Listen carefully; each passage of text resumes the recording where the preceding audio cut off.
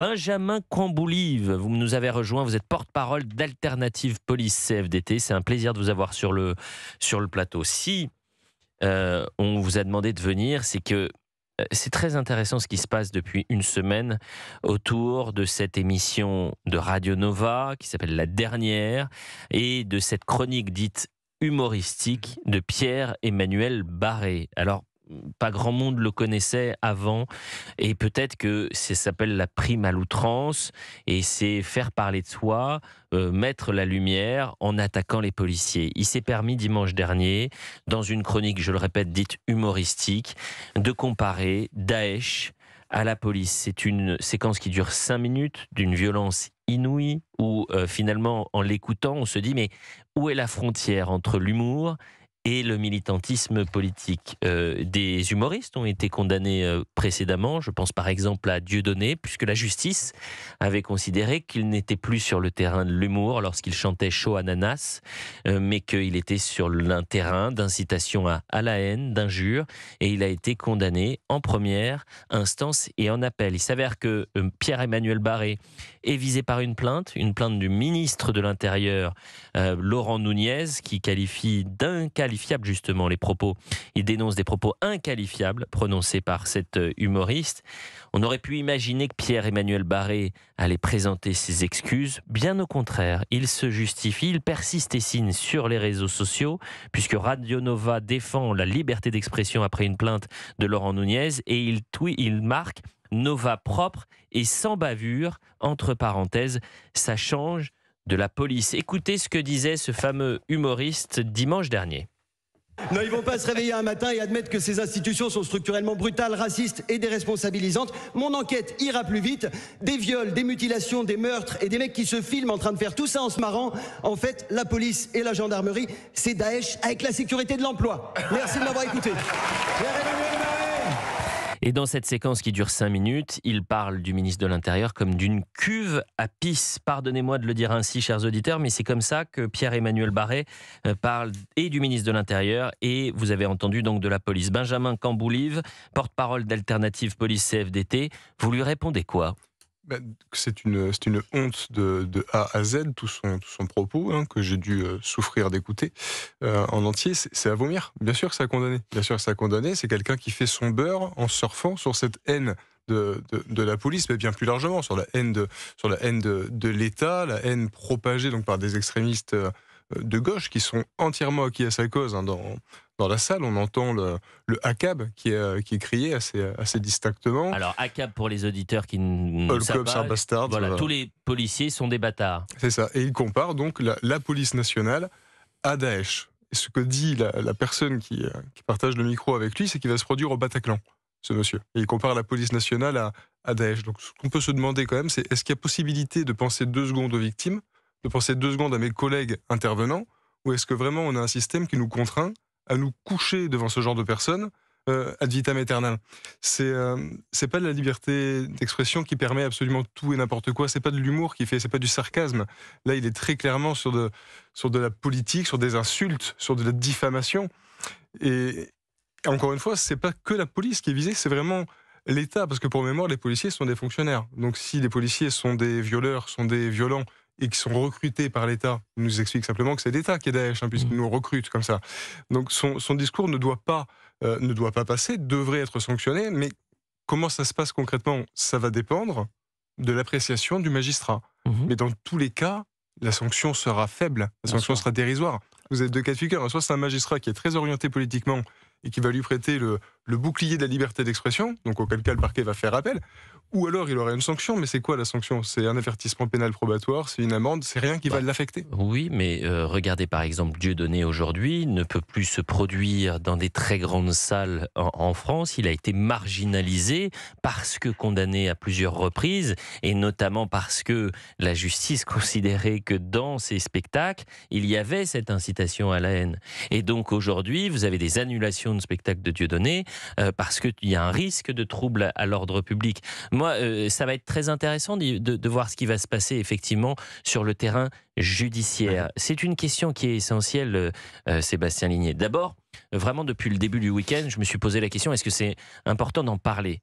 Parce que quand vous en parlez, vous faites la promotion en D'un quelque homme que sorte. personne ne connaissait. C'est sûr que lui, Alors, les est-ce grandes que- salles de Dieudonné qu'il pouvait faire, lui, il ne les fera pas. de toute manière, hein. En tous les cas, il allait se produire au Bataclan. C'est pas non plus une, Oh, enfin, une c'est pas non salle, plus c'est pas une le Zénith, cave, hein. le Bataclan. Il y a, je crois, 1500 personnes qui peuvent assister à un spectacle au Bataclan. Au-delà de ça, c'est où est la frontière entre l'humour et le militantisme politique? Moi, je trouve que la loi, elle est très bien faite aujourd'hui. Et je trouve qu'on a la vision de la liberté d'expression française est parfaite. C'est qu'il y a une limite. On n'est pas dans une liberté d'expression à l'américaine où vous pouvez absolument tout dire, tout faire. Vous pouvez faire, si vous voulez, une manifestation du Ku Klux Klan dans une rue américaine sous prétexte que c'est de l'humour et ça va passer. Nous, il y a un cadre. C'est-à-dire qu'il y a des limites, l'incitation à la haine, l'antisémitisme, qui sont très bien faites. Et quand certains dépassent les limites, ils sont condamnés. Là où je trouve ça insupportable, c'est de le faire la semaine ou à l'approche de la commémoration du 13 novembre. Ça, c'est insupportable. C'est une insulte hallucinante à tous les intervenants, les primo-intervenants qui ont dû attendre d'ailleurs pour certains 10 ans avant de recevoir la Légion d'honneur. Ça, c'est insupportable. Et le deuxième point, c'est la posture qu'il prend. C'est-à-dire que c'est cette fameuse humour de gauche qui se dit subversif, si vous voulez. Ça, c'est la grande humour de gauche, on est subversif.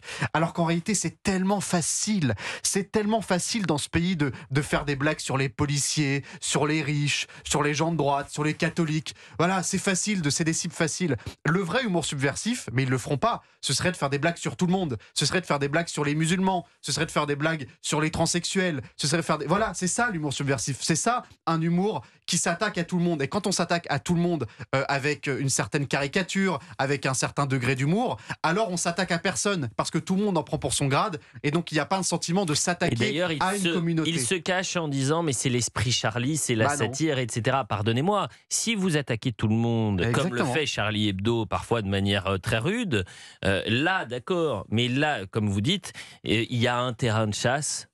C'est d'attaquer la police dans une séquence, vous l'avez très bien dit, où on était à quelques jours des commémorations du 13 novembre 2015. Ça va vraiment m'intéresser d'avoir les auditeurs sur ce sujet et de savoir si eux aussi ont été choqués par cette chronique dite humoristique sur l'antenne de Radio Nova. Il y a un public, hein.